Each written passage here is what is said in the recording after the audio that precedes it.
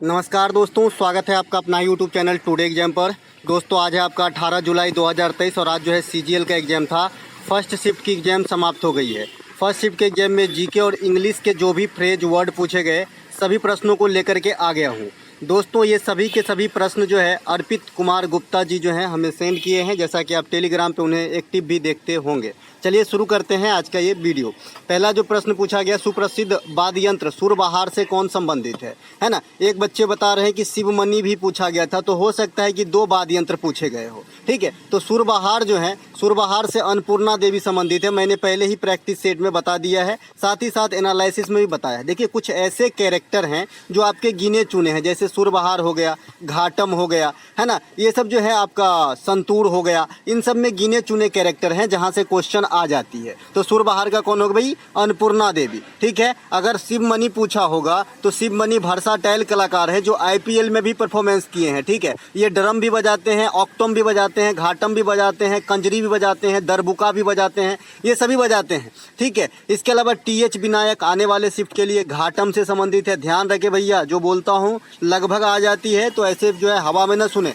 असद अली खान, रुद्र बीना, पंडित राम नारायण, सुकूर खान, ये सब के सब जो हैं सारंगी से संबंधित है। बाद बाकी तबला वगैरह बता ही दिया हूँ, सुखबंदर सिंह, लच्छू महाराज, जाकिर हुसैन, अल्लाह रखा, तो ये सब तो है कॉमन है, यहाँ से क्वेश्चन कम आ रही है। इसके अलावा 2021 में मंजमा जोगेत्ती को कौन सा पुरस्कार दिया गया था? देखिए मैंने ये भी बताया था कि भाई ये क्या है, तो ये ट्रांसजेंडर है। कर्नाटक के बेल्लारी में पैदा हुई और इनकी जो है काफ़ी सफ़र उतार चढ़ाव भरा रहा और लोक नृत्य के क्षेत्र में जो है सफलता प्राप्त कर ये जो है पद्मश्री पाने वाली ट्रांसजेंडर बनी। ठीक है, तो ये है मंजमा जोगत्ती पद्मश्री, है ना। इनके अलावा मंजमा जोगत्ती का जन्म कर्नाटक के बेल्लारी में हुआ है। इसके अलावा आपसे मैं और भी रखा हूँ आने वाले शिफ्ट के लिए भैया, है ना, कि भाई पैरा ओलंपिक के अंदर प्रथम बार, है ना, पद्म भूषण से किसे सम्मानित किया गया? तो देवेंद्र झाझड़िया को 2022 में। ठीक है, इसके अलावा ये भाला फेंक से संबंधित है। वर्ष 2023 में रवीना टंडन जी को पद्मश्री मिला है, तो इन्हें भी ध्यान रखेंगे। फिल्म के क्षेत्र में कभी कभी पूछ देता है कि भाई इस बार जो है फिल्म के क्षेत्र में किसे मिला। ठीक है, तो किसे मिला? रवीना टंडन को पद्मश्री, मुलायम सिंह यादव को पद्म विभूषण दिया गया है, साथ ही साथ जाकिर हुसैन साहब को भी पद्म विभूषण दिया गया है ना। और जो आप पश्चिम बंगाल का महान लोबी साहब हैं उनको भी पद्म विभूषण दिया गया है, ओआरएस के फाउंडर थे इंडिया के अंदर। इसके अलावा soul one of the substitution में पूछा गया है, वन वर्ड सब्स्टिट्यूशन में सोल। तो भैया सोल क्या होता है? मछलियों का जो समूह होते हैं, ऐसे जो ग्रुप में जो तैरते रहते हैं मछलियाँ,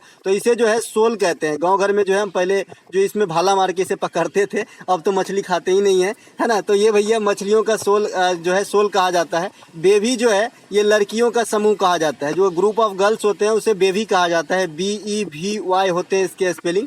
इसके अलावा कॉलोनी जो है ये चींटी आदि के जो दल होते हैं जो इस प्रकार से चलते रहते हैं, है ना, इसे कॉलोनी कहते हैं, है ना। ग्रुप ऑफ एंट इसे कहते हैं हम कॉलोनी कहते हैं, इसे भी ध्यान रखें। इसके अलावा बैड एरन, एक ईडियम आया है बैड एरन। तो भैया बैड एरन का मतलब होता है क्या? मिस फॉर्चून, है ना, दुर्भाग्य, बैड लक, कोई काम खराब हो जाना अचानक से, इसे बैड एरन कहते हैं। एक होता है बैड मौथ मतलब इसका मुंह मत समझ लेना कि भाई जो है मुंह अच्छा नहीं है देखने में, तो उसे बैड मौथ कहते हैं। बैड मौथ का मतलब दूसरे के बारे में अभद्र बातें करना, गलत बातें बोलना। ठीक है, इसके अलावा भारत ने ओलंपिक में अपना पहला स्वर्ण पदक कब जीता था? तो 1928 में जीता था, कल भी बताया था। देखिए दोस्तों, यहाँ पे मेरे पास 22 से 23 क्वेश्चन है जीके की, उसमें से मैं आपको बताऊं कि 17 से 18 क्वेश्चन मैं बता चुका हूं और जोर डाल के बताया हूं कि भाई एग्जाम में आएगा। अब इनके बाद भी अगर आप नहीं कर पा रहे हैं, नहीं सुने, तो ये इसमें हमारी कोई गलती नहीं है। टोक्यो ओलंपिक में 7 पदक भारत को मिले थे, 1 स्वर्ण, 2 रजत और 4 ब्रॉन्ज मिले थे।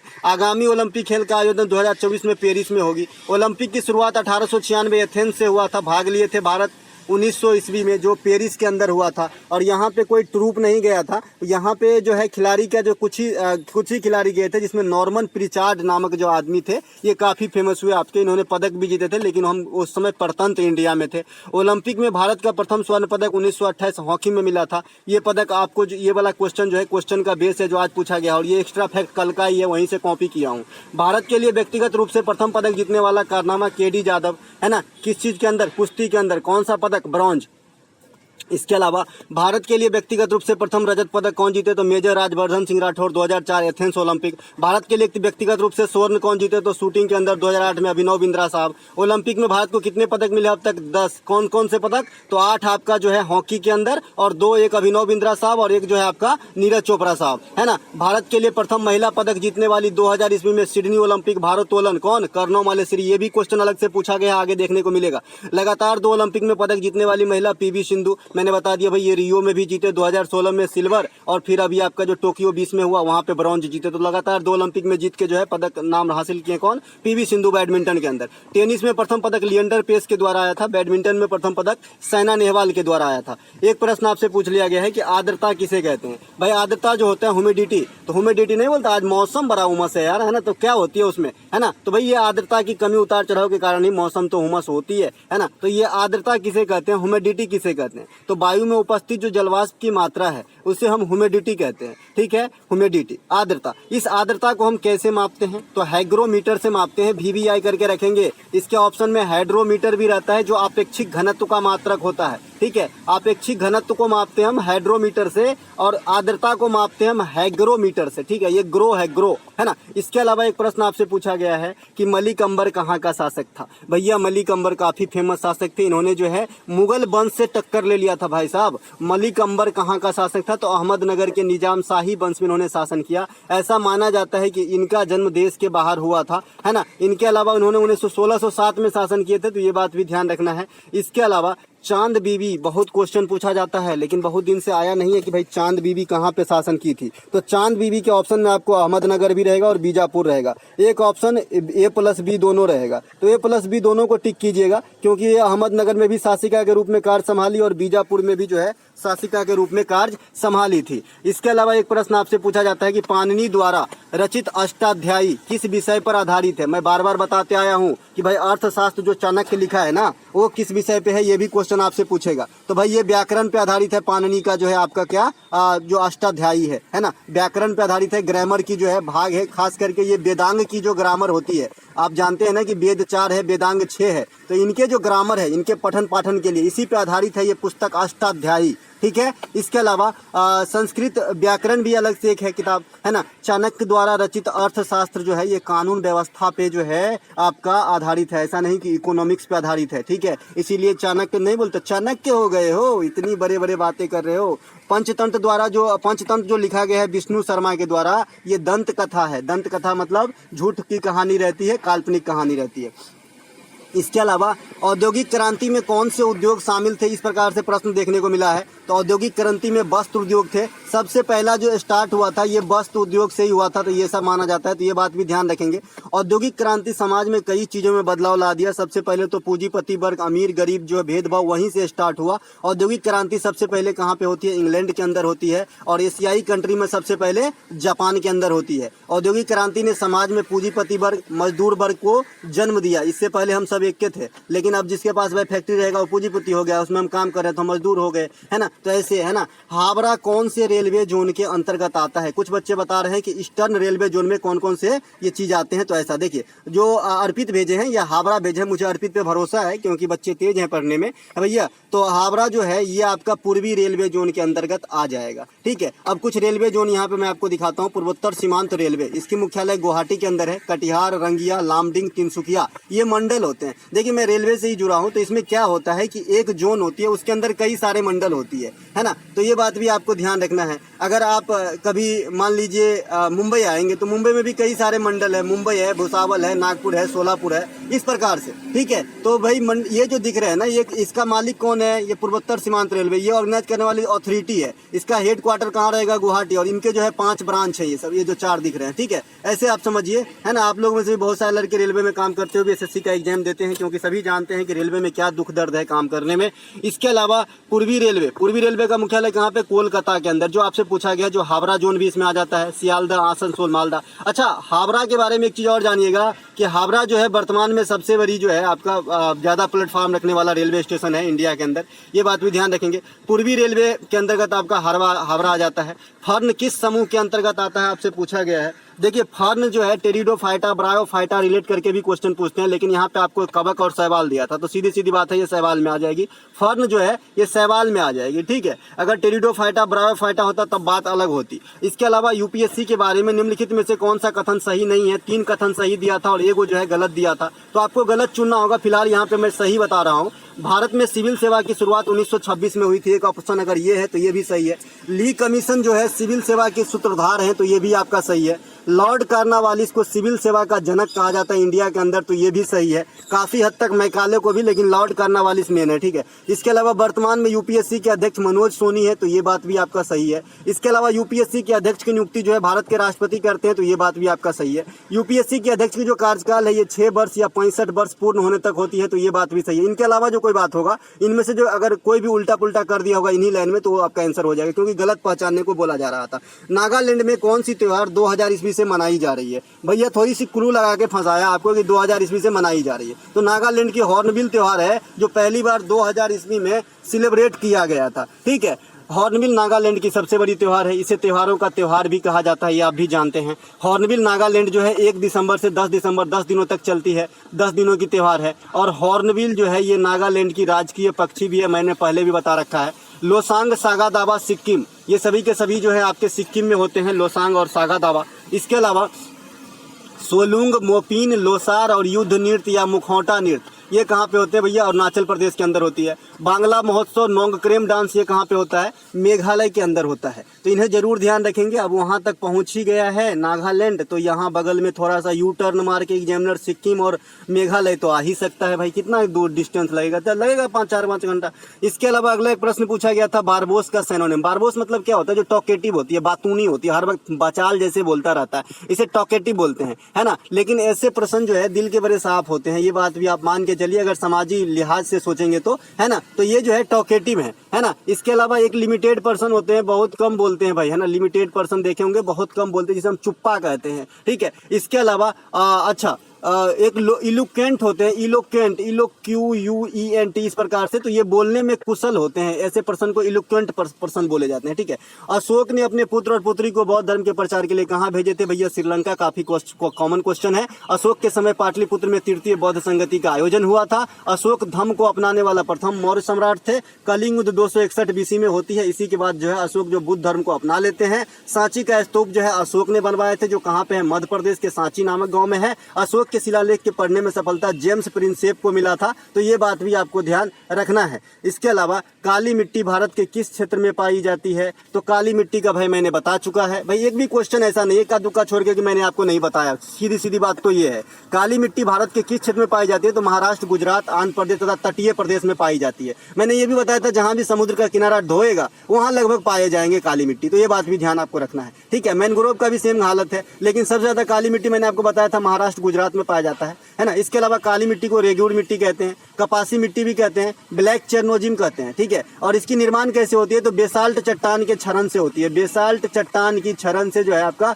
काली मिट्टी का निर्माण हो जाता है जी, है ना। इसमें जो है आपका कपास की खेती अच्छा होता है, इसलिए कपासी मृदा भी से कहा जाता है, कपास के लिए ही नाम जाता है। नासिक वगैरह में काफी कपास होती है महाराष्ट्र के अंदर। भारत में मैनग्रोव वन जो है ये सुंदरबन डेल्टा में पाई जाती है, जो कहाँ पे है? पश्चिम बंगाल में है, और ये दुनिया की सबसे बड़ी डेल्टा है। इसे गंगा ब्रह्मपुत्र डेल्टा भी कहा जाता है, ठीक है। यहाँ पे जो है रॉयल बंगाल टाइगर भी पाया जाता है। सुंदरी नामक वृक्ष की जो है प्रजाति यहीं पे पाई जाती है सुंदरबन डेल्टा में, और इनकी सीमा भारत के साथ साथ बांग्लादेश तक जो है फैला हुआ है, तो ये बात भी ध्यान रखेंगे, ठीक है। और जो आपका मैनग्रोव वन होता है ये क्या होता है भैया? तो ये दलदली वाला वन होता है, जो काफी सारे प्राकृतिक जीव जंतु का प्राकृतिक आवास है, ठीक है। इसके अलावा भारत में अधिकांश मिट्टी किस प्रकार की है? जलोढ़ मिट्टी। और जलोढ़ मिट्टी अपने आप में कितने प्रकार के होते हैं? तो 2 प्रकार के, खादर और बांगर। तो बांगर जो है ये ओल्ड वाले को कहते हैं, और खादर जो है ये न्यू जलोढ़ मिट्टी को कहते हैं। और ये कैसे होता है मैं आपको बता चुका हूँ कि एक बार नदी मान लीजिए 2019 में ऐसे बहा, और 2020 में ये नदी का बहने का क्रम ऐसे हो गया, तो ये जो जमीन छूट गया, ये अब इसकी बार इस पे जो बाढ़ की परत नहीं आई, तो इसे हम बांगर कह देते हैं। और जो अब यहाँ पे नया नया जो बाढ़ के साथ आएगी,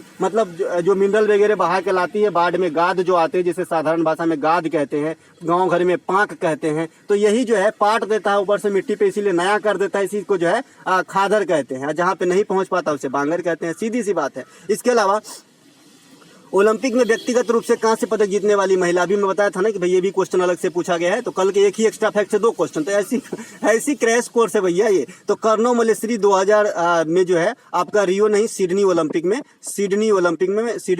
में जो है आपका ये जीती थी कांस्य पदक, तो ये पहली महिला बनी थी। ठीक है, इसके अलावा उपाधि का अंत किस आर्टिकल में है, तो आर्टिकल 18 में है। प्रेस की स्वतंत्रता 19 में है। समानता का अधिकार राइट टू इक्वलिटी 14 से 18 है। धार्मिक स्वतंत्रता 25 से 28 है। 23 और 24 शोषण के विरुद्ध अधिकार है ना। 32 संवैधानिक उपचारों का अधिकार है। 29 और 30 अल्पसंख्यक हित है। ये जो है सभी आपके मौलिक अधिकार फंडामेंटल राइट के आर्टिकल्स हैं। ठीक है, इन्हें भी ध्यान रखेंगे। वैसे मैं फंडामेंटल आर्टिकल जो है आपको पूरा समझा ही चुका हूँ। दोस्तों मैं बाहर हूँ और आज मैं सेकंड शिफ्ट में अपने सिस्टर को एग्जाम दिलाने ले जाऊंगा जो आई है गाँव से, है ना। तो हो सकता है कि लेट हो जाऊँ मैं आपके जो है वीडियो लाने में। इसके अलावा एक प्रश्न आपसे पूछा गया, गरबा कब किया जाता है, तो भाई दुर्गा पूजा में गुजरात में गरबा होती है। डांडिया और गरबा में गुजरात का प्रमुख नृत्य है। बिहार में दुर्गा पूजा के अवसर पर झिझिया नृत्य होती है, जो आपको ये भी ध्यान रखना है।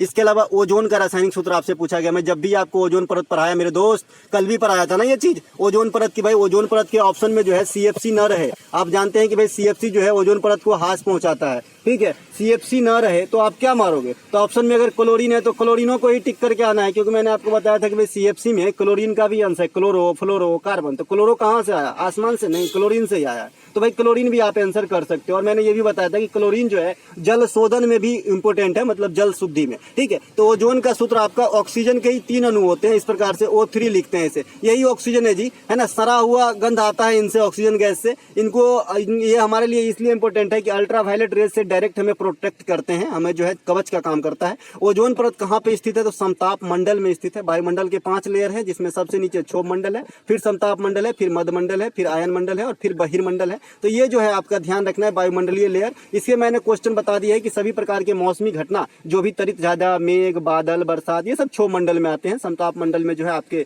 वायुयान वगैरह उड़ते हैं, है ना। इसके अलावा आयन मंडल में जो है रेडियो तरंग वगैरह को जो है परावर्तित करके पृथ्वी पर लाया जाता है। और बहिर्मंडल जो है सबसे बाहरी मंडल है, जहाँ पे हाइड्रोजन और हीलियम गैस की प्रधानता पाई जाती है। क्लोरोफ्लोरोकार्बन ओजोन परत को नष्ट करती है। प्रतिवर्ष हम 16 सितंबर को ओजोन संरक्षण दिवस के रूप में मनाते हैं। तो दोस्तों ये थे आज के फर्स्ट शिफ्ट में प्रश्नों के एनालिसिस। अगर आपको अच्छा लगे तो लाइक जरूर करें। हम मिलेंगे अगले वीडियो में। जय हिंद दोस्तों। ये पीडीएफ आपको हमारे टेलीग्राम चैनल जिनका नाम भी आपका जो है सेम ही नाम है दोस्तों, टुडे एग्जाम। क्या है भाई, टुडे एग्जाम। इसी प्रकार से टी कैपिटल रखना है, ई कैपिटल रखना है, बाद बाकी स्मॉल रखना है। यहीं पे आपको निःशुल्क एनालिसिस की पीडीएफ मिलेगी, जो हमारा पेड पीडीएफ है। ओनली शाम को एक क्लास चलती है, जो इसमें हम 57 वीडियो लाने वाले हैं। उसी का पीडीएफ खाली पेड है, वीडियो भी फ्री है, यूट्यूब पे मिल जाती है आपको, लेकिन उसका पीडीएफ पेड है, जो 25 रुपये में आपको सभी 57 क्लास की पीडीएफ दिया जाएगा। और फ्री वाला तो फ्री है ही है। तो मिलेंगे हम अगले वीडियो में, तब तक के लिए जय हिंद। नमस्कार दोस्तों, स्वागत है आपका अपना ही यूट्यूब चैनल टुडे एग्जाम पर। दोस्तों जैसा कि आज आपका 18 जुलाई 2023 और आज जो है आपका सीजीएल का एग्जाम था। आज मैं सेकेंड शिफ्ट का एनालिसिस आपको नहीं करा पाया था, क्योंकि मेरे सिस्टर का आज एग्जाम था, तो मैं उन्हें एग्जाम दिलाने ले गया था। और मैंने कल ही ये बात बताया था कि शायद मैं कल सेकेंड शिफ्ट की पेपर का जो एनालिसिस है नहीं करा पाऊँ।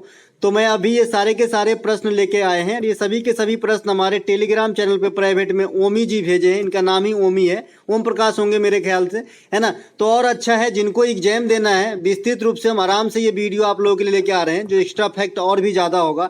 साथ ही साथ सभी इंपोर्टेंट मतलब ओरिजिनल क्वेश्चन होंगे और टोटल क्वेश्चन है। तो आराम से देखिए, जिनको एग्जाम देना है आगे काम आएगी। ठीक है, जैसे आज आपने देखा कि फर्स्ट शिफ्ट में जो है मेरे ख्याल से 19 क्वेश्चन या 18 क्वेश्चन मेरे द्वारा बताए गए आ गए थे। ठीक है, लेकिन सेकेंड शिफ्ट में जीके ने सीधे पछाड़ दिया। तो भाई एग्जामिनर का भी कुछ कहना नहीं है, तुरंत क्या करते हैं और अगले शिफ्ट में जो है मामला बदल देते हैं। ठीक है, तो फिर भी चलिए शुरू करते हैं आज का ये वीडियो। ये सेकेंड शिफ्ट में देखिए क्या क्या क्वेश्चन पूछे गए थे। सीमेंट में सिलिका का कितना प्रतिशत होता है ना। काफी जो है पुराना जो है ये क्वेश्चन है। तो सीमेंट में सिलिका का प्रतिशत जो है स्टैंडर्ड 19 से 21 है, लेकिन 17 से 25 के बीच में भी ऑप्शन रहेगा तो आपका चलेगा।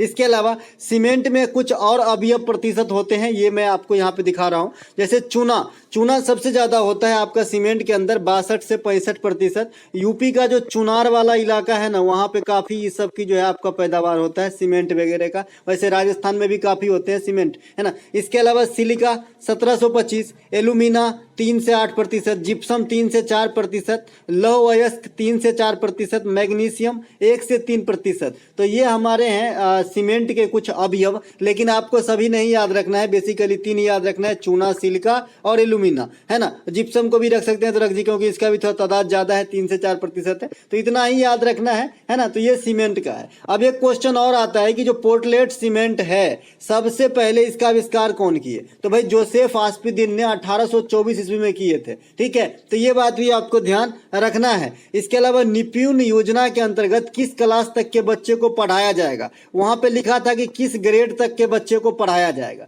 तो भाई ये जो सुविधा, ये जो योजना है, स्कीम है निपुण वाला, ये ग्रेड 3 तक जो है अप्लाई होगी। इस योजना का क्या लक्ष्य है कि 2026-2027 तक, है ना, तीसरी जमात में पढ़ने वाले बच्चे को लिखना, पढ़ना और जो सांख्यिकी समझ है उसको डेवलप करना है, ठीक है। इसके अलावा एक प्रश्न मैं आज फर्स्ट शिफ्ट में पूछा था भाई, नर्तकी नटराज, 5वां पॉइंट है एक्स्ट्रा फैक्ट का, 4 मैंने दिया था वैसे नाम, टी बाला सरस्वती के बाद मैंने नर्तकी नटराज भी लिख दिया था, क्योंकि मुझे पता है कि ट्रांसजेंडर को जो है ज्यादा प्रायोरिटी मिल रही है आजकल, क्योंकि अब तो चुनाव में भी भाग लेने लगे हैं, ठीक है। तो यहां से इनसे रिलेटेड जो भी क्वेश्चन है आपको देख लेना चाहिए, अगर आने वाले समय में आप कोई भी एग्जाम देने वाले हैं तो, not only CGL but also all exam, है ना। तो ऐसे भाई समझ रहे हैं। तो यहाँ पे जो नर्तकी नटराज है, इसको किस नृत्य शैली के लिए पद्म श्री 2019 में मिला था? इस प्रकार के प्रश्न आए थे, ठीक है। तो भाई सीधी सीधी बात है कि पूछ रहा है किससे संबंधित है, तो भरतनाट्यम से। नर्तकी नटराज जो है अपने आप में, मैं अपने जैसे में, मतलब मान लीजिए ट्रांसजेंडर, यहाँ पे मैं कह दे रहा हूं लेकिन सही नहीं रहता है, तो ट्रांसजेंडर महिला में सबसे पहले ये अवार्ड जीतने वाली बनी नर्तकी नटराज, ठीक है। और ये जो लक्ष्मी बम पिक्चर आया था ना, तो उन्हीं का जैसे जो है रोल किए हैं उसमें, उस पिक्चर में आपने देखे ही होंगे। इसके अलावा 2011 में संगीत नाटक अकादमी पुरस्कार भी मिला था नर्तकी नटराज को, किससे संबंधित है? भरतनाट्यम से। अन्य ट्रांसजेंडर महिला जिसे पद्मश्री मिला, ये आपका मंजमा जोगत्ती जी हैं। इन्हें कब मिला भाई? 2021 में मिला था, ठीक बात है भाई, 2021 में ही मिला था, ठीक है। तो ये बात भी आपको ध्यान रखना है। इसके अलावा जो अगला है, मंजमा जोगत्ती जो है ये मतलब पिक्चर में भी काम करते हैं, है ना। इसके अलावा हेमिस त्योहार किस धर्म से संबंधित है? तो तिब्बती बुद्ध धर्म से संबंधित है आपका हेमिस त्योहार, है ना। मैंने बताया है कि भाई जम्मू कश्मीर ऑप्शन में नहीं रहे तो तिब्बत, है ना, सॉरी ये अपना लद्दाख, और अगर लद्दाख ही है ऑप्शन में तब तो लद्दाख का प्रॉपर हाईवे है, और लद्दाख जब ऑप्शन में नहीं है तो आपका जो है जम्मू कश्मीर भी इसका आंसर हो सकता है, गुंजाइश हो सकती है हेमिस के लिए, लेकिन तब लद्दाख ऑप्शन में नहीं होना चाहिए। और जब लद्दाख ऑप्शन में है तो लद्दाख इसका प्रॉपर आंसर होगा हेमिस का। हेमिस देखिए त्योहार तो है ये है, साथ ही साथ ये लद्दाख के अंदर सबसे बड़ा नेशनल पार्क भी है, जो इंडिया का सबसे बड़ा नेशनल पार्क है एरिया के हिसाब से, क्षेत्रफल के हिसाब से, ठीक है। तो ये बात भी आपको ध्यान रखना है ना। और यहाँ का जो मुख्य आकर्षण है ना, हेमिस में क्या पाया जाता है, कितनी बार क्वेश्चन एसएससी ने कर लिया है कि स्नो लियोपर्ड्स, हिम तेंदुआ जो है ये कहां पे पाया जाता है, तो आप बताएंगे हेमिस नेशनल पार्क, जो कहां पे आपका अवस्थित है, तो लद्दाख के अंदर स्थित। लद्दाख में एक और फेमस त्योहार होता है स्पेतनुक गेस्टर, है ना, तो इन्हें भी ध्यान रखेंगे, स्पेतनुक गेस्टर को, है ना। इसके अलावा लद्दाख जो है, लद्दाख में आप जो है लोसार त्योहार भी मनाते हैं ना, लोसार त्योहार भी मनाते हैं, तो ये बात भी ध्यान रखेंगे। ये भी बौद्ध धर्म से ही संबंधित है लोसार त्योहार, इसीलिए ये अरुणाचल प्रदेश और हिमाचल प्रदेश यहाँ भी मनाया जाता है। आपने अरुणाचल प्रदेश में मठ का नाम सुना होगा, तमांग मठ, है ना। इसी प्रकार से हिमाचल प्रदेश में कई सारे मठ है ना। और तिब्बत में भी तिब्बत में भी मठ है, और आपका जो है लद्दाख में भी मठ है। तो जहाँ भी बौद्ध धर्म के तादाद रहेंगे यहाँ भी लोसार का त्योहार जो है मनाया जा सकता है। इनके अलावा मोहम्मद बिन तुगलक के द्वारा चलाए गए चांदी के सिक्के का नाम क्या था? तो भाई अदली था, अदली है ना, अदली था। चांदी के जो सिक्के चलाए मोहम्मद बिन तुगलक, इसका नाम अदली है। और मोहम्मद बिन तुगलक ने सोने का भी सिक्का चलाया जिसका नाम दिनार है। आज दिनार कई सारे जो है इस्लामिक कंट्री है उनका मुद्रा भी है। इनके अलावा मोहम्मद बिन तुगलक के काल में इब्न बतूता भारत आए, रेहला नामक किताब लिखे, मोरक्को से आए थे। दीवाने कोई की स्थापना नाम मोहम्मद बिन तुगलक ने किए। जोना खान नाम मोहम्मद बिन तुगलक का है। सबसे अधिक पढ़े लिखे शासक मोहम्मद बिन तुगलक हुआ, है ना। तो ये सभी के सभी मोहम्मद बिन तुगलक की विशेषता है, जितना मैंने ये लकीर खींच खींच के बताया, क्योंकि ये एक्स्ट्रा फैक्ट मैं पहले ही आपको दे चुका हूं, और एक ही बात को बार बार लिखूंगा तो आप भी याद नहीं करोगे। इसीलिए जो है कुछ बातें जो है मौखिक रूप से भी सुन के जो है आपको याद दिलाऊंगा, ताकि आप पहले भी पढ़े हो तो आपको रिवीजन हो जाएगा। इसके अलावा इल्तुतमिश ने भी सल्तनत काल में सिक्के चलवाए थे। तो जो चांदी वाला चलवाए थे उसे टका, और जो तांबा वाला चलवाए थे उसे जीतल कहा जाता था। टका आज भी बांग्लादेश का मुद्रा है ना। आज भी जो है बांग्लादेश का करेंसी आपका क्या, टका, ठीक है। तो ये भी ध्यान रखेंगे। इसके अलावा आज के जो सेकेंड शिफ्ट है, वहां थर्ड शिफ्ट है, उसमें पूछा भी गया था कि 3 गो देश दे दिया था और 3 गो इधर भाषा दे दिया था। तो मैं आपको बता रखा हूं कि जो भी पड़ोसी देश है हमारा, उनका भाषा जरूर आपको याद रखना है। इत्तेफाक से मैं बता चुका था। एक श्रीलंका था जिसको आपको सिंहली से मैच करना था, एक आपका भूटान था जिसको जोखंगा से मैच करना था, और एक आपका म्यांमार था जिसको बर्मी से मैच करना था। तो इस प्रकार के क्वेश्चन आज थर्ड शिफ्ट में देखने को मिला था। मैंने थर्ड शिफ्ट वाला तो करवा दिया था भाई, है ना। इसके अलावा अगला प्रश्न जो हमारा पूछा गया है कि नाटू नाटू सॉन्ग को किसने कंपोज किया। भाई नाटू नाटू सॉन्ग समझ रहे हैं ना, ऑस्कर अवार्ड जीत चुका है भाई, ऐसे ही नहीं पूछा है ये, है ना। तो नाटू नाटू सॉन्ग को जो लेखक हैं ये एम किरवानी है। कौन है? एम किरवानी। और एक आपसे ये भी पूछा जाता है, यह दिल है मुश्किल वाला जो गीत है ना, उसको कौन लिखा है? तो भाई प्रीतम, है ना। तो वो भी पूछता है। RRR फिल्म की जो सॉन्ग है ये आपका नाटू नाटू, इन्हें ऑस्कर अवार्ड से सम्मानित किया गया है। तो ये बात भी ध्यान रखेंगे कि इस फिल्म से, तो RRR से, और क्या जो कौन से सॉन्ग है नाटू नाटू, लेखक कौन है? किरवानी। क्या अवार्ड क्या मिला है? तो ऑस्कर, ठीक है। सबसे पहले इंडिया के लिए ऑस्कर अवार्ड जीतने वाले जो आदमी हुए थे ये भानु अथैया साहब हुए थे। भानु अथैया कॉस्ट्यूम डिजाइनिंग के लिए इन्हें मिला था, है ना, ऑस्कर अवार्ड, ठीक है। ऑस्कर अवार्ड की शुरुआत की बात करेंगे तो 1929 में ही होती है। तो ये बात भी आपको ध्यान रखना है। इसके अलावा जो आपका अलीरप्पू कौन सा डांस का पार्ट है, आपसे पूछ लिया है। अच्छा, इंडिया लेवल पे फिल्म सेक्टर में सबसे बड़ी अवार्ड दादा साहब फाल्के पुरस्कार है। तो ये बात भी ध्यान रखना, 1969 से स्टार्ट होते हैं दादा साहब फाल्के पुरस्कार।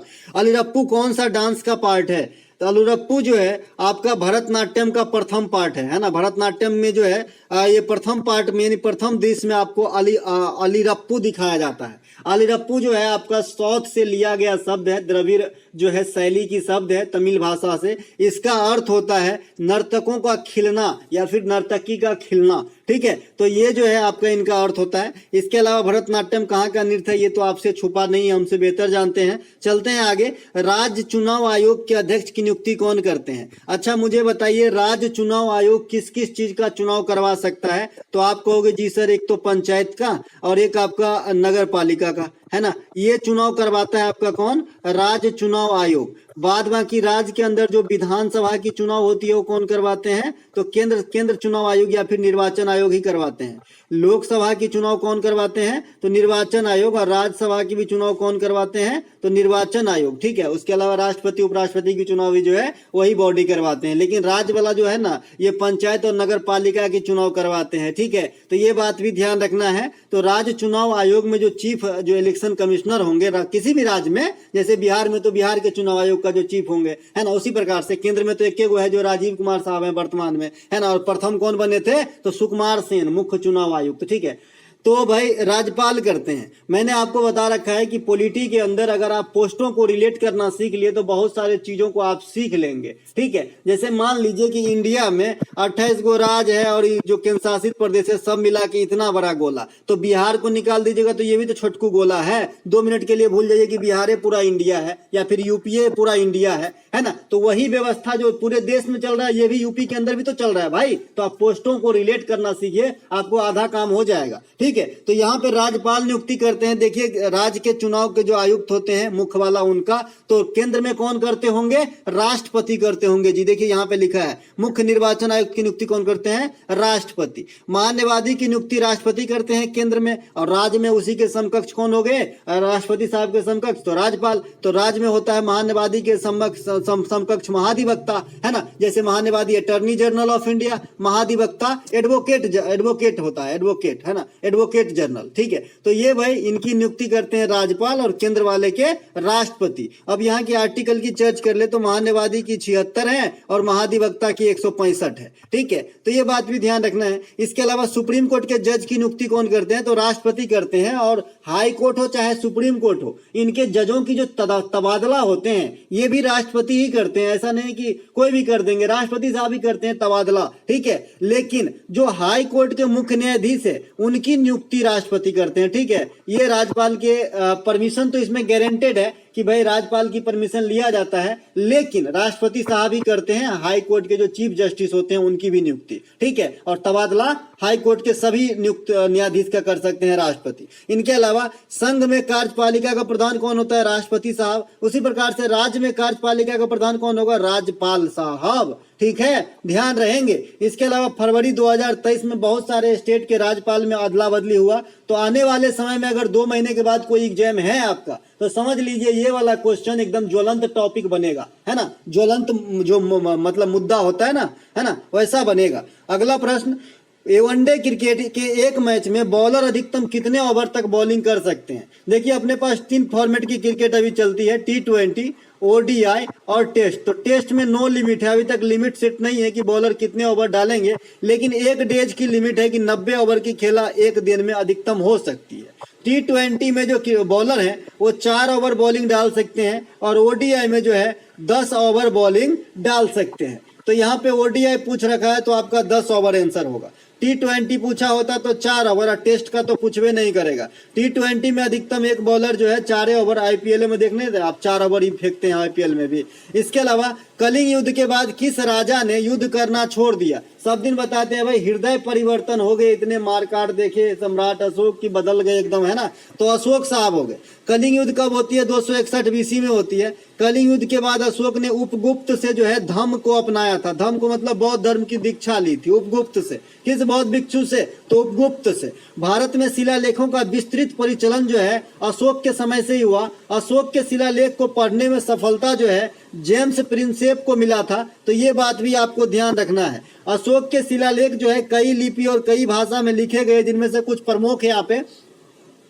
अरमाइक, ग्रीक, ब्राह्मणी, खरोष्टी। अशोक के समय 3rd बौद्ध काउंसिल हुआ था। अशोक ने बौद्ध प्रचार हेतु अपने पुत्र और पुत्री, पुत्र का नाम महिंद्रा, पुत्री का नाम संघमित्रा, इन दोनों को जो है आपका श्रीलंका भेज दिए थे बौद्ध धर्म के प्रचार प्रसार के लिए, ठीक है। इसके अलावा जो आपका संघमित्रा है ना, इनके नाम से एक ट्रेन भी चलती है, संघमित्रा एक्सप्रेस। मैं पटना से इसे पकड़ के एक बार मुगल सराय शायद आया था, एग्जाम था मेरा बनारस में, ठीक है। तो ये भी एक ट्रेन भी चलती है। इसके अलावा बारदोली सत्याग्रह से कौन संबंधित है, आपसे पूछा है। बारदोली सत्याग्रह से संबंधित है आपका बाल गंगाधर तिलक साहब। कौन, बाल गंगाधर तिलक, है ना, बाल गंगाधर तिलक संबंधित है बारदोली सत्याग्रह से। एक सेकेंड जरा कंफर्म करने दीजिए, कंफ्यूज हो गया मैं, देखिए बताइए बारदोली सत्याग्रह से कौन संबंधित है भाई, सरदार वल्लभ भाई पटेल। बारदोली सत्याग्रह से, हाँ, सरदार वल्लभ भाई पटेल हो जाएगा, सरदार वल्लभ भाई पटेल हो जाएगा इसका आंसर भाई। गलती प्रिंट कर दिया है इन्होंने, सरदार वल्लभ भाई पटेल, है ना, सरदार वल्लभ भाई पटेल जो है ये आपका बारदोली सत्याग्रह से संबंधित है। बाल Gangadhar Tilak home rule league से जुड़े हैं, ठीक है। बाल गंगाधर तिलक जो है ये होम रूल से जुड़े हुए हैं, क्योंकि बाल गंगाधर तिलक साहब का 1920 में तो देहांत ही हो जाते हैं, तो ये बारदोली सत्याग्रह से कैसे संबंधित रह सकते हैं भाई, है ना। तो बारदोली सत्याग्रह से सरदार वल्लभ भाई पटेल, जिसे आयरन मैन ऑफ इंडिया भी कहते हैं, भारत का बिस्मार्क भी कहते हैं, भारत का प्रथम जो है आपका उप प्रधानमंत्री या गृह मंत्री बने थे। इसके अलावा स्टेच्यू ऑफ यूनिटी इन्हीं की प्रतिमा है, जो गुजरात के केवड़िया में 182 मीटर ऊंचा, जिनकी सूत्रधार कौन है, राम सुतार है उस प्रतिमा का। तो ये सभी बात ध्यान रखेंगे। सरदार वल्लभ भाई पटेल के जन्मदिन पे ही 31 अक्टूबर को जो है एकता दिवस के रूप में मनाया जाता है, तो ये बात भी ध्यान रखेंगे, है ना। इसको ये कर दिए भैया, यहाँ पे जो ये है ना जो मिस था ना उसको मैं सही कर दिया हूँ, है ना। बाल गंगाधर तिलक नहीं है भाई, ये तो 1920 में ही स्वर्ग सिधार हो गए थे। ये तो 1928 में हुई थी ना बारडोली सत्याग्रह। स्वराज मेरा जन्मसिद्ध अधिकार है, मैं इसे लेकर रहूंगा, ये जो है तिलक साहब का नारा है। गरम दल के अग्रणी नेता रहे थे तिलक साहब। 1920 में जो है इनकी मृत्यु हो गई थी। इत्तेफाक से जिस दिन असहयोग आंदोलन अपने उफान पे आया था उसी दिन जो है इनकी मृत्यु हो गई थी। मराठा और केसी नामक पत्रिका का संपादन जो है बाल गंगाधर तिलक साहब ही किए थे। और वो किस कैंसर का क्वेश्चन का जो सरदार वल्लभ भाई पटेल आंसर है उनके बारे में सारा जानकारी मैंने अभी आपको दे ही दिया है ना। देसी रियासतों को मिलाने का काम भी वल्लभ भाई पटेल ही किए थे, ये बात भी ध्यान रखेंगे। देसी रियासत, आजादी के बाद भी बहुत सारे टुकड़े टुकड़े में जो है अपनी अपनी रियासत चलाया जा रहा था इंडिया के अंदर, वैसे यहाँ पे 500 से अधिक कंट्री हो जाता। ठीक है, अगला प्रश्न, 2024 तक विश्व बैंक ने किसे अपना शैक्षणिक एडवाइजर नियुक्त किया है। ये क्वेश्चन कुछ इस प्रकार से है कि 2021 में 2024 तक के लिए, है ना, किसे अपना एजुकेशनल एडवाइजर जो है नियुक्त किए हैं विश्व बैंक, वर्ल्ड बैंक ने। तो भाई रंजीत सिंह दिसाले को। किसे? रंजीत सिंह दिसाले। आजकल देखिए जो विश्व बैंक में है ज्यादातर जो की पोस्ट हैं सभी भारतीय मूल के लोग हैं भाई साहब, है ना। तो देख लीजिए, है ना, यहाँ पे जो भारतीय मूल के अजय सिंह बंगा हैं ये आपका चीफ बन गए हैं डेविड मालपास के बाद। मुख्य वित्तीय सलाहकार अंशुला कांत जी बन गए हैं, है ना। इसके अलावा विश्व बैंक का मुख्यालय कहाँ पे है? वाशिंगटन डीसी में। स्थापना कब हुई थी? 1944 में। और आईएमएफ की भी स्थापना 1944 में ही हुई थी और आईएमएफ का मुख्यालय भी वाशिंगटन डीसी में है। विश्व बैंक की स्थापना और आईएमएफ की दोनों की स्थापना जो है ब्रेडन वुड्स सम्मेलन के आधार पे हुआ है। स्टैटिक्स पार्ट में ये क्वेश्चन कई दफा आ गया है एग्जाम के अंदर। अगला प्रश्न, भारत में किस प्रकार की जलवायु पाई जाती है? तो भाई मानसूनी जलवायु पाई जाती है। यहाँ पे ठंडा, जाड़ा, गर्मी, सर्दी, बरसात सब होते हैं। भारत में अधिकांश पर्णपाती वन पाए जाते हैं। भारत के पास विश्व के कुल भूभाग का 2.4% है। भारत के क्षेत्रफल के हिसाब से दुनिया का 7वां सबसे बड़ा देश है। इससे 6 गो बड़का देश में आपका रसिया है, कनाडा है, चीन है, अमेरिका है, ब्राजील है और ऑस्ट्रेलिया है। ये 7वां हमारा भारत है और 8वां कौन हो जाएगा? तो अर्जेंटीना हो जाएगा। भारत 82.5 डिग्री पूर्वी देशांतर पर स्थित है, इसीलिए ग्रीनविच से 5.5 घंटा आगे समय चलता है। और क्यों चलता है? क्योंकि 1 डिग्री में 4 मिनट का अंतर, तो 82.5 में 330 मिनट का अंतर। आज 330 मिनट का मतलब 5.5 घंटा। दोस्तों एक बच्चे ने कमेंट किया है कि सर ये सब एक्स्ट्रा फैक्ट किस किताब में लिखा हुआ है ना। तो उन्हें कहना है भैया ये सब एक्स्ट्रा फैक्ट जो है ये मेरे अंदर लिखा हुआ है और ये बहुत दिन के परिश्रम का फल है। ठीक है, तो एक नाइट में नहीं आएगा कि भाई आज ही हमने देखा आ जाएगा। आप जो है लगातार प्रयासरत रहें, ऐसे ही फ्लो आएगी आपके अंदर भी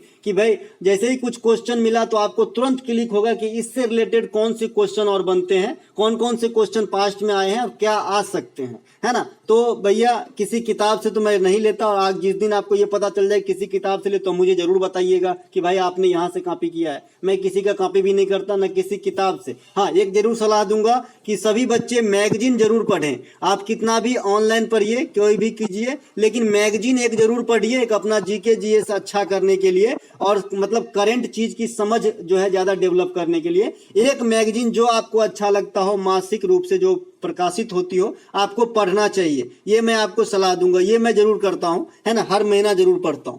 इसके अलावा अगला है कोशिका के किस भाग में प्रोटीन का संश्लेषण होता है? भाई ये कोई पूछने की बात है? राइबोसोम। राइबोसोम इसलिए तो प्रोटीन की फैक्ट्री कहा जाता है। ठीक है, राइबोसोम को प्रोटीन की फैक्ट्री भी कहते हैं। माइटोकॉन्ड्रिया को कोशिका का पावर हाउस भी कहते हैं और लाइसोसोम को कोशिका का आत्महत्या की थैली भी कहा जाता है। आज फर्स्ट शिफ्ट में आपसे क्वेश्चन पूछा गया है कि कोशिका की, जीवित कोशिका की खोज जो है, नहीं सर माफ कीजिएगा, थर्ड शिफ्ट में, है ना, कितने ईस्वी में जो है आपका ल्यूबेन हॉक ने किया था। देखिए उस दिन जब उसको पूछा गया था ना रॉबर्ट हुक को कि कोशिका का खोज किसने कब किया था, तो वहीं पर मैं इनका भी दे दिया था, भाई जीवित वाला भी देख लो, आज न कल छपेगा और छप गया। 1674 में किए थे वो। ठीक है, और मैंने टेलीग्राम पे अलग से ये मैसेज भी किया है कि बताया था भाई, आ गया। तो इसी प्रकार से सुनते रहो। इसके अलावा इस जनगणना में भारत के अच्छा जनगणना से कुछ आया है क्वेश्चन।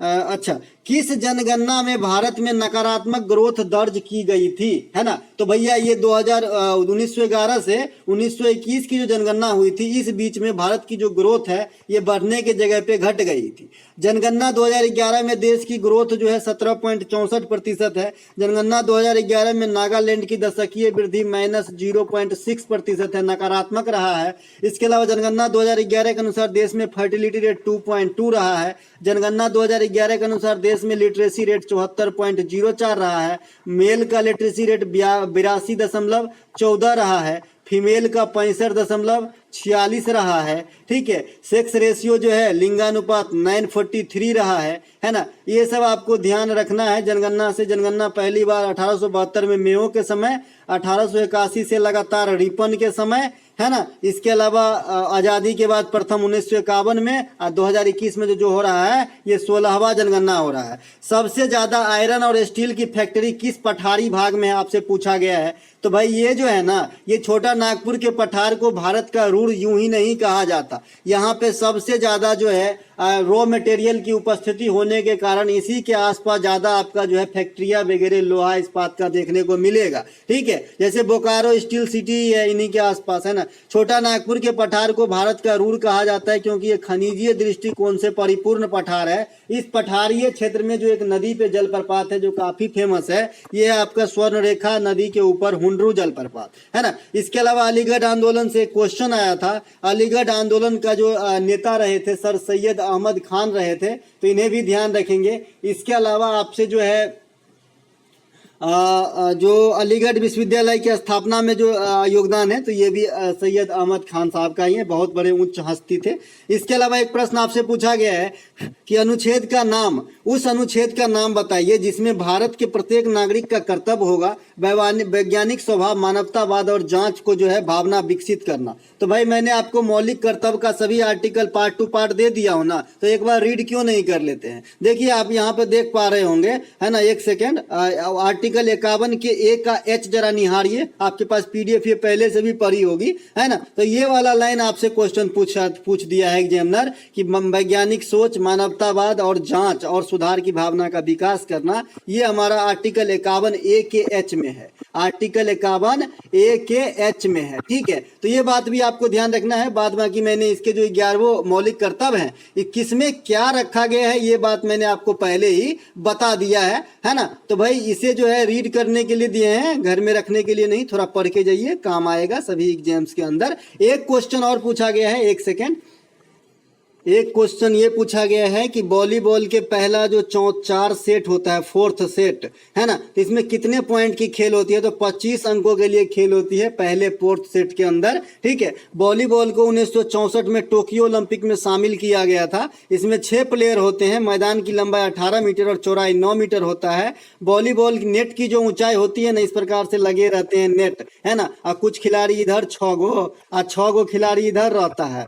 हाथ से बॉल को मार ओकरा घर में, फिर ये अकरा घर में ऐसे जो है खेलता रहता है ना। मेरे नीचे भी लगे हैं लोग, खेलते रहते हैं शाम को सोसाइटी में, हम देखते रहते हैं खिड़की से, है ना। हम नहीं खेलते हैं भाई, हमको नहीं आता है। तो ये जो है आपका इनके जो नेट की ऊंचाई है ये 2.43 मीटर है, ये जमीनी लेवल से। ये 2D है तो आपको समझ में नहीं आएगा, ये 3D में अगर होता तो पता चलता। ये 2.43 मीटर होता है ये जमीन से इसकी हाइट, इस नेट की जहाँ पे ये लटकता रहता है। ठीक है, तो ये थे वॉलीबॉल से जो क्वेश्चन आए हैं। बेसबॉल में आपका 9 होता है, बास्केटबॉल में 5, फुटबॉल में आपका 11, रग्बी फुटबॉल में 15, हॉकी में 11, क्रिकेट में 11, कबड्डी में 7, नेटबॉल में 7। तो ये कुछ खिलाड़ी हैं जो आपसे आ जाता है क्वेश्चन, तो इन्हें भी ध्यान रखेंगे।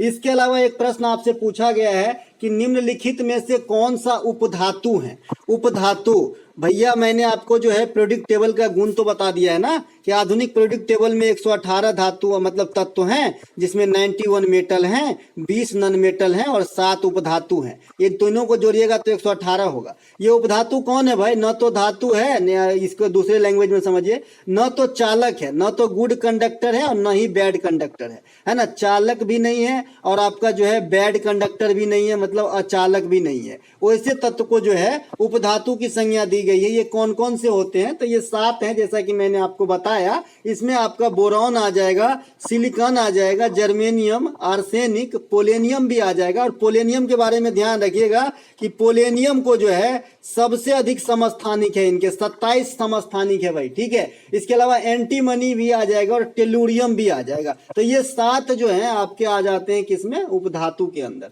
तो क्या दोस्तों, तो ये सेकेंड शिफ्ट की वीडियो थी। अगर आपको अच्छा लगा तो लाइक करें। हम मिलेंगे कंबाइंड शिफ्ट वाली वीडियो में, तब तक के लिए जय हिंद। नमस्कार दोस्तों, स्वागत है आपका अपना यूट्यूब चैनल टुडे एग्जाम पर। दोस्तों जैसा कि आज है आपका 18 जुलाई 2023 और आज जो है सीजीएल का एग्जाम था। थर्ड शिफ्ट की भी एग्जाम समाप्त हो गई है। थर्ड शिफ्ट के एग्जाम में जीके और इंग्लिश के सेक्शन से जो भी प्रश्न पूछे गए सभी 100% ओरिजिनल प्रश्नों के साथ उपलब्ध हो गया हूं। दोस्तों जैसा कि आप जानते हैं मैं इंपॉर्टेंट प्रश्नों के साथ साथ एक्स्ट्रा जानकारी भी दूंगा जो आने वाले एग्जाम में आपको काम आएगी। चलिए शुरू करते हैं आज का ये वीडियो। दोस्तों मैं बाहर हूं, मैं सिस्टर को एग्जाम दिलाने आया था, इसीलिए सेकेंड शिफ्ट की एनालिसिस नहीं करा पाया था। मैं आपको बाद में सेकेंड शिफ्ट वाली एनालिसिस भी करवा दूंगा।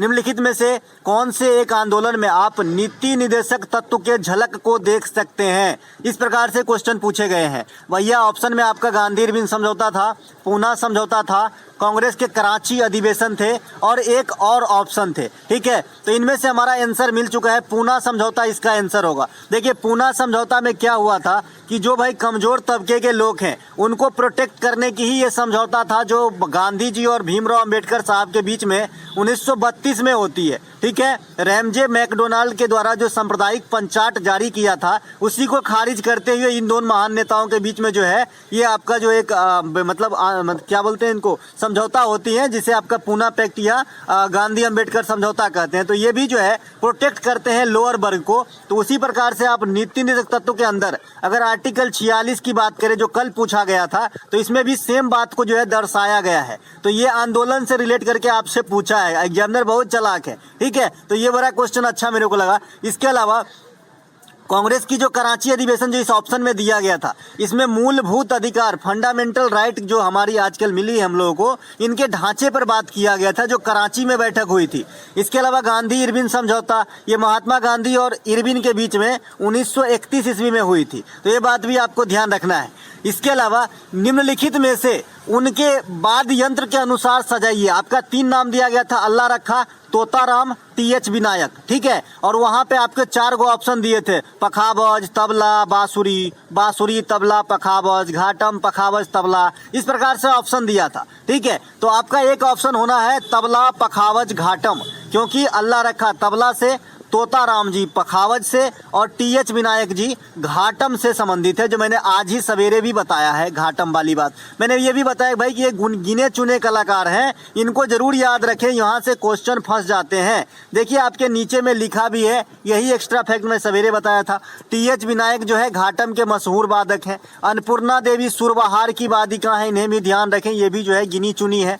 पंडित राम नारायण साहब सुकूर खान है ना, पंडित राम नारायण, सुकूर खान, सबरी खान, ये सब क्या है भाई, ये सब है आपके सारंगी के वादक हैं, है ना। असद अली खान ये रुद्र बीना से संबंधित है ना। बिस्मिल्लाह खान शहनाई से संबंधित है। तो जो कम है संतूर से भी कम है भाई, पंडित शिव कुमार शर्मा संतूर है, राहुल शर्मा संतूर है, भजन सुपारी संतूर है, ये 3 ही है, तो इन्हें भी ध्यान रखेंगे, है ना। तो संतूर से भी कम है, तो जो कम है ना वहीं से क्वेश्चन आ रहे हैं, जिसमें कम कैरेक्टर है आपके वहीं से क्वेश्चन आ रहे हैं, है ना। तो ये भी आपको ध्यान रखना है। इसके अलावा वी आर विंग्स किस ओलंपिक या फिर किस खेल से जुड़ी हुई टैगलाइन है? इस प्रकार की क्वेश्चन आपको देखने को मिला हुआ है। ठीक है, देखिए ऑप्शन में आपका Tokyo Olympic, Tokyo para Olympic, Rio Olympic, इस प्रकार का कुछ दिया गया था और एक और खेल दिया गया था। देखिए जो टोक्यो ओलंपिक है ना इसमें तो नहीं होगा, इसका ये टैगलाइन नहीं है। जो टोक्यो पैरा ओलंपिक है इसका भी नहीं है। शीतकालीन ओलंपिक 2022 रियो का ये हो सकता है, मैं कंफर्म नहीं हूँ, मैं रास्ते में हूँ, है ना। और जैसा कि आप लोग न्यूज मतलब जो आवाज़ आती है बाहरी ये भी सुन रहे होंगे, है ना। तो भैया इसकी जवाब जो है आप देखिएगा क्या होगा, मुझे इसकी जवाब अभी पता नहीं है ना। तो अगर मुझे भी पता नहीं है आप जो है पता कर लीजिएगा, है ना। इसके अलावा औद्योगिक क्रांति, औद्योगिक क्रांति से एक सवाल आया है, दोनों तीनों शिफ्ट में सवाल आए हैं। देखिए मुझे इसकी जवाब इसलिए पता नहीं है क्योंकि एक ऑप्शन और नहीं है, और अगर होता भी तो ऐसा जरूरी नहीं है कि सारा जवाब मुझे पता ही होता है ना। मैं भी इंसान ही हूँ भाई, है ना। औद्योगिक क्रांति से एक प्रश्न फिर से पूछा गया है। औद्योगिक क्रांति मैंने बताया सबसे पहले आपका कहाँ पे आया था, ब्रिटेन के अंदर आया था, एशियन कंट्री में जापान के अंदर आया था।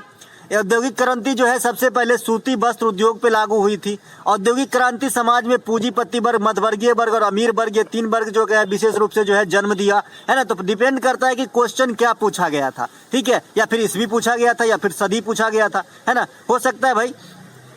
इसके अलावा अंग्रेजी में बात करें तो एक वीड, जैसे यहाँ पे लिखा है WEEIRD, ये सही स्पेलिंग होता है इन वर्ड का, लेकिन आपको दे रखा था WIERD। ये आपको एरर डिटेक्शन यानी मिस स्पेल्ट वाली क्वेश्चन में था, आपको एरर खोजना था, स्पेलिंग एरर, ठीक है। इसके अलावा मेवाड़ के सिसोदिया शासक अमर सिंह निम्नलिखित में से किस मुगल बादशाह के समय सहयोगी रहे थे?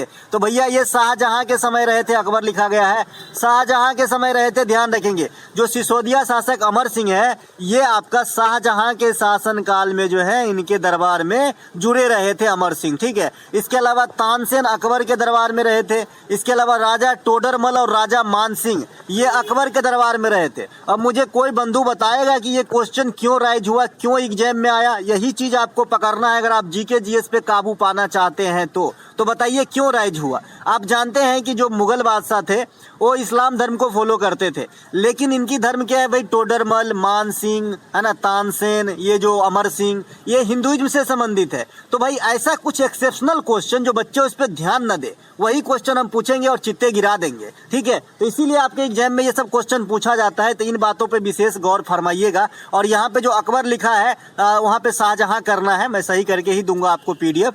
इन्वेटिबल का आपसे जो है सीनो पूछ लिया गया है कि इन्वेटिबल का सिनोनिम्स क्या होता है। भैया जो इनविटेबल होती है ना, अनअवॉइडेबल होता है, एक ऐसा काम जो बाध्यता से परे है, आप उसे त्याग नहीं सकते, छोड़ नहीं सकते, ठीक है, समझ रहे हैं ना। एक ऐसा कोई काम जो आप छोड़ना भी चाहे तो नहीं छोड़ सकते हैं, इसे जो कहा जाता है इनविटेबल, क्योंकि ये अपने आप में बहुत जरूरी होती है, ठीक है। चलते हैं आगे।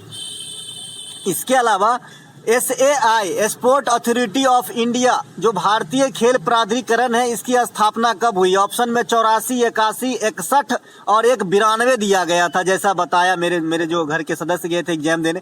तो ये जो है आपके 1984 में जो है स्पोर्ट अथॉरिटी ऑफ इंडिया जो है गठन किए गए थे। और जिस दिन साई का फुल फॉर्म पूछा गया था उसी दिन मैं ये क्वेश्चन डिस्कस कर दिया था। अब काम बन जाता है आगे का आपका जी, ठीक है। तो स्पोर्ट अथॉरिटी ऑफ इंडिया की जो स्थापना है ये आपका 1984 में हुआ था। इसका फुल फॉर्म से भी क्वेश्चन राइज कर लिया है तो देख लीजिएगा, स्पोर्ट्स अथॉरिटी ऑफ इंडिया होता है। इसी प्रकार से एक बीमा क्षेत्र में कार्यरत संस्था इरडाई है, इसकी स्थापना 1999, मुख्यालय हैदराबाद में है।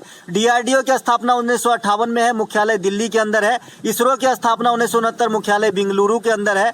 बैडमिंटन एसोसिएशन ऑफ इंडिया की स्थापना 1934 में होती है। और असम की जो मुख्यमंत्री है हेमंत बिस्व शर्मा, इनसे जुड़े हुए कैरेक्टर हैं तो इनको भी ध्यान रखेंगे बैडमिंटन एसोसिएशन ऑफ इंडिया से।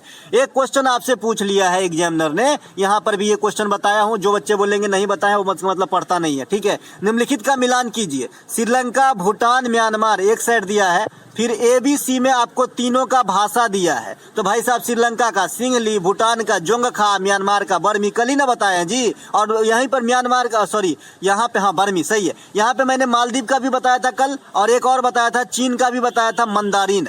चीन का जो है मंदारिन, चीनी भाषा जिसे कहते हैं, और मालदीव का दिवेही, क्या दिवेही, और बांग्लादेश का तो जानते ही हैं, ठीक है। तो ये जो आसपास की भाषा है, नेपाल का मैं इसलिए नहीं बताता हूँ क्योंकि सभी जानते हैं नेपाली भाषा होते हैं, और हमारे नोट के पीछे भी मिल जाएगा इनका जो है आपका जिक्र, है ना, तो इसीलिए नहीं बताया। और यहाँ से जो है आपके क्वेश्चन लगातार आ रहे हैं तो जरूर ध्यान रखें, ये भाषा, पड़ोसी देश के भाषा, पड़ोसी देश की किसी चीज की रैंकिंग, ये सबसे क्वेश्चन आ रहे हैं जी, ठीक है। इसके अलावा ट्रांसजेंडर समाज से निम्नलिखित में से कौन सी योजना है? देखिए सवेरे पूछा गया कि मंजमा जोगत्ती, जो मंजमा जोगत्ती है, इसको कौन सी अवार्ड मिला था? तो इसको पद्म श्री अवार्ड मिला था मंजमा जोगत्ती को। और अभी पूछा गया कि ट्रांसजेंडर से कौन सी योजना संबंधित है? तो भैया ये जो है आपका स्माइल योजना संबंधित है, कोई नया क्वेश्चन नहीं है, बहुत पुराना क्वेश्चन है, तो इन्हें भी ध्यान रखेंगे, ठीक है। तो इसका मतलब आज ट्रांसजेंडर से भी क्वेश्चन आ रहे हैं, ठीक है। इसके अलावा पद्मजा रेड्डी निम्नलिखित में से किस नृत्य शैली से जुड़ी हुई है? देखिए रेड्डी फैमिली मैंने आपको देखा नहीं कि कहाँ जाने के लिए बताया हूँ, कुचिपुड़ी के पास जाने के लिए बताया हूँ, तो ऑब्वियसली ये भी कुचिपुड़ी से ही संबंधित होगी, ठीक है, ये कुचिपुड़ी से ही संबंधित होगी। इनका पूरा नाम गद्दाम पद्मजा रेड्डी है। गद्दाम इनका जो है निक नेम कहिए या फिर टाइटल लगा दिया गया, बाद में उपाधि दे दिया गया, ऐसा समझिए। इनको 2022 में जो है पद्म श्री से भी सम्मानित किया गया है मोदी गवर्नमेंट के अंदर, ठीक है। तो रेड्डी आपने देखा, और वह कहाँ पहुंच गए थे? कुचिपुड़ी के अंदर। कुचिपुड़ी कहाँ है भैया? आंध्र प्रदेश के हैं, ठीक है। राधा रेड्डी, राजा रेड्डी, ये सभी के सभी जो है, वेदांतम सत्यनारायण, ये सभी के सभी जो है कुचिपुड़ी नृत्य के कुछ प्रमुख नर्तक और नर्तकी हैं। इसके अलावा आपसे पूछा गया, अच्छा जो शास्त्रीय नृत्य है यहाँ से कुछ नाम लेना जरूरी है जो आने वाले शिफ्ट में देखने को मिलेगा। यामिनी कृष्णमूर्ति सब तो बहुत हो गया भाई, यामिनी कृष्णमूर्ति आप समझते हैं भरतनाट्यम से है, पद्मा सुब्रमण्यम भी भरतनाट्यम से है, टी बाला सरस्वती भरतनाट्यम से है, रुक्मिणी देवी भरतनाट्यम से है ना, नर्तकी नटराज भरतनाट्यम से है, ये सभी भरतनाट्यम के है ना, सोनल मानसिंह, गुरु केलुचरण महापात्रा है ना। इसके अलावा जो आपका ये अमेरिकन एक नृत्यांगना है, लवलीना शेरोन नाम है उनका, एल शेरोन नाम है मान लीजिए, तो ये भी जो है आपके ओडिसी करते हैं। इंद्रानी रहमान भी ओडिसी कर लेते हैं, तो ये ओडिसी का हो गया। इसके अलावा आप कुछ इधर आ जाएंगे कथक में, तो सितारा देवी को याद रखना है, और आपका जो है महाराज सरनेम याद रखना है। सितारा देवी और महाराज सरनेम कथक के लिए याद रखना है। सिंह सरनेम और झावेरी सरनेम आपको जो है मणिपुरी के लिए याद रखना है। इतना भी याद रखेंगे ना तो नृत्य वाला क्वेश्चन आप छांट लीजिएगा। और आधुनिक नृत्य के जो पिता है ये उदय शंकर को कहा जाता है, तो ये बात भी ध्यान रखेंगे। और सतरिया नृत्य के संस्थापक शंकर देव को कहा जाता है। तो ये दोनों क्वेश्चन नाम मैच कर रहा है, इसलिए बताना उचित समझा। शंकर देव सतरिया नृत्य के संपादक जो असम के हैं, और उदय शंकर आधुनिक नृत्य के जो है निर्माता माने जाते हैं भारत के अंदर। एक आपसे फ्रेज पूछा है, सॉरी इडियम पूछा है, ब्लेसिंग इन डिस्ग्यूज, ब्लेसिंग इन डिस्ग्यूज। इसका मतलब हिंदी में कुछ ऐसा होता है कि कोई ऐसा काम जो पहले आपको अप्रिय लगता है, दुख दिया है, लेकिन बाद में ये सुखकारी साबित हो जाए, अंत इसका जो है सुखकर हो, तो इसे ब्लेसिंग इन डिस्ग्यूज बोलते हैं। ठीक है, तो ये बात भी ध्यान रखेंगे। इसके अलावा अम्फेक्स 2023 सैन्य अभ्यास किस राज्य में हुआ है? भैया सैन्य अभ्यास से क्वेश्चन आ गया, वो भी जनवरी 2023 से। अब जो बच्चे बोल रहे हैं कि भैया पैटर्न जो है 2021 का करेंट आ रहा है, तो गलत साबित कर दिया है यहाँ पे एग्जामिनर ने हम सभी की जो है प्रेडिक्शन को।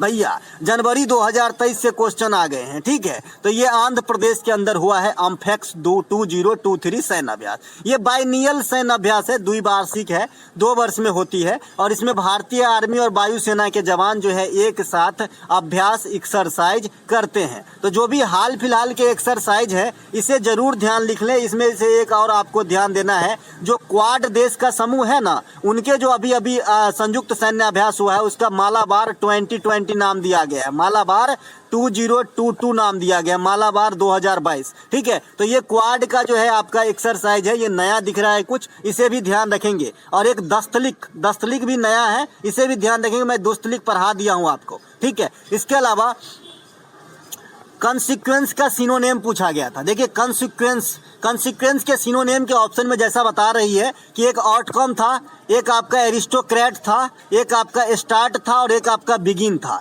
इन चारों को देखते हुए आउटकम सबसे अच्छा लग रहा है। आउटकम मतलब होता है कोई चीज का रिजल्ट होना, कोई चीज का परिणाम होना।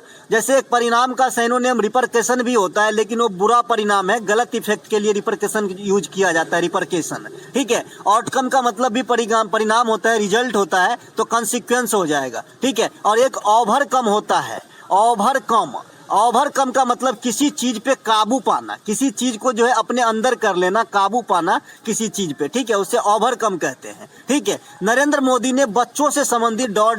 इसके आगे अगर आवाज बताती तो मैं लिखता, लेकिन नहीं बता पाया कि इसके अंदर क्या क्वेश्चन था। तो बताइएगा कि ये क्वेश्चन क्या था जिन्होंने भी आज एग्जाम दिया है। इसके अलावा अकुरेंस, देखिए आपसे जो है स्पेलिंग मिस्टेक के 3 से 4 क्वेश्चन आज पूछे गए हैं। तो स्पेलिंग मिस्टेक में एक अकुरेंस था, ओवर रिएक्ट था, एरिस्टोक्रेट था, और एक और ऑप्शन था। देखिए ये जो भी आपके सामने लिखा है ये सही लिखा है, OCCURRENC अकुरेंस। इसके अलावा ओवर रिएक्ट OVER हो जाता है EACT।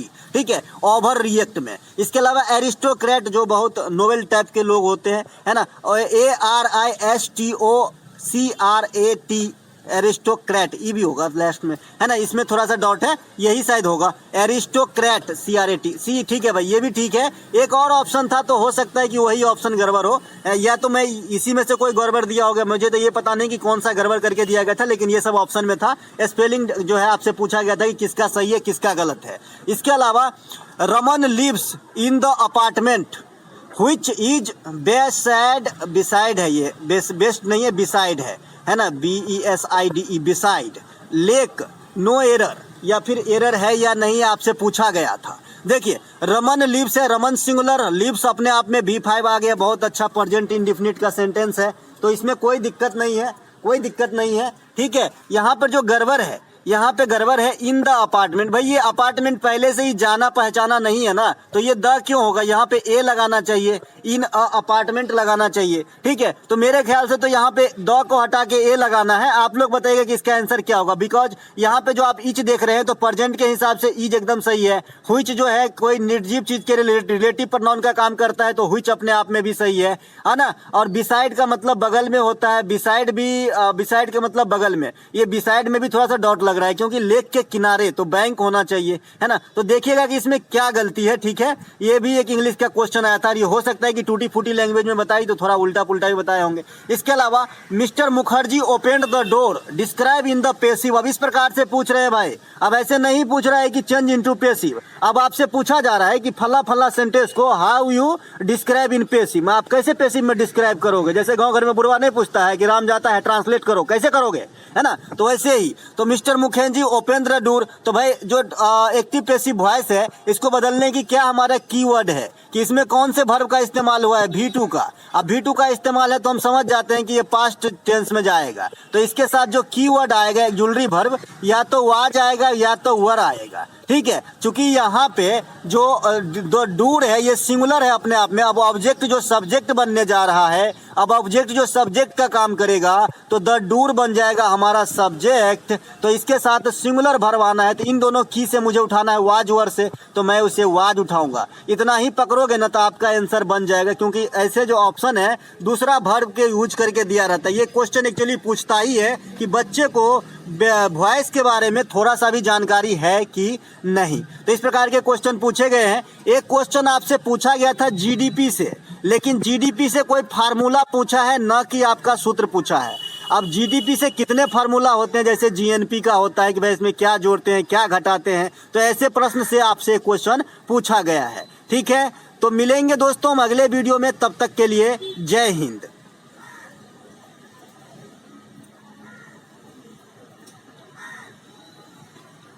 हाँ, ये पीडीएफ आपको हमारे टेलीग्राम चैनल टुडे एग्जाम पे मिल जाएगी, निशुल्क वाली ये पीडीएफ है। बहुत सारे बच्चे की क्वेरी रहती है कि कौन सा पीडीएफ जो है निशुल्क है और कौन सा शुल्क है। तो मैं आपको बता दूं कि जो रात में जो क्लास चलती है आपका 8 से 9 के बीच, जो 57 क्लास आने वाली है, वही पीडीएफ को एकमात्र पेड रखा गया है, जिसमें आपको एक ही बार 25 रुपया पे करना है और सभी पीडीएफ जो भी मैं क्लास करवाऊंगा 57, ये आपको जो है क्लास का पीडीएफ मिल जाएगा। ठीक है, 57 क्लास का, लेकिन एक ही दिन नहीं मिलेगा कि आज ही ना आपने ज्वाइन किया और आज ही चाहिए, तो ऐसा नहीं है। हर दिन मैं क्लास करवाता हूँ, आफ्टर मैं आपको जो है पीडीएफ देता हूँ। ठीक है, तो अगर वो वाली पीडीएफ अगर आपको बाय करना है तो डिस्क्रिप्शन में लिंक दिया गया है, आप क्लिक करके व्हाट्सएप पे मैसेज कीजिए, आपको सारी जानकारी दे दी जाएगी। जय हिंद दोस्तों।